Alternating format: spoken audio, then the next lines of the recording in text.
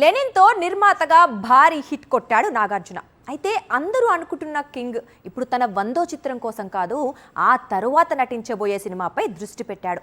ఓ young director గతంలో అక్కినేని హీరోతో పనిచేసిన మేకర్తో కొత్త సినిమా చెయ్యాలి అనుకుంటున్నాడు. అఖిల్ కెరీర్ లో లెనిన్ కు ముందు బాక్సాఫీస్ దగ్గర పాజిటివ్ టాక్ తెచ్చుకున్న చిత్రం మోస్ట్ ఎలిజిబుల్ బ్యాచులర్. ఈ సినిమాను తెరకెక్కించిన బొమ్మరిల్లు భాస్కర్ దర్శకత్వంలోనే ప్రస్తుతం నాగార్జున కొత్త చిత్రం చేయాలనుకుంటున్నాడట. భాస్కర్ నాగార్జున కాంబో టాలీవుడ్ లో హాట్ టాపిక్ గా మారింది. మోస్ట్ ఎలిజిబుల్ బ్యాచులర్ తర్వాత సిద్ధుతో భాస్కర్ తెరకెక్కించిన జాక్ డిజాస్టర్ అయినప్పటికీ నాగార్జున రిస్క్ తీసుకోవడానికి రెడీ అవుతున్నాడు. అందుకు కారణం కింగ్ కోసం భాస్కర్ రెడీ చేసిన స్టోరీ అని తెలుస్తోంది. గతంలో కింగ్ నటించిన మన్మధుడు జానర్ లోనే మోస్ట్ ఎంటర్టైనింగ్ స్టోరీతో భాస్కర్ కథను సిద్ధం చేస్తున్నాడట. ఒక దశలో ఏడాదికి మినిమం 2 సినిమాల్లో నటించేవాడు నాగార్జున. 100వ చిత్రం కాస్త స్లో అయ్యాడు.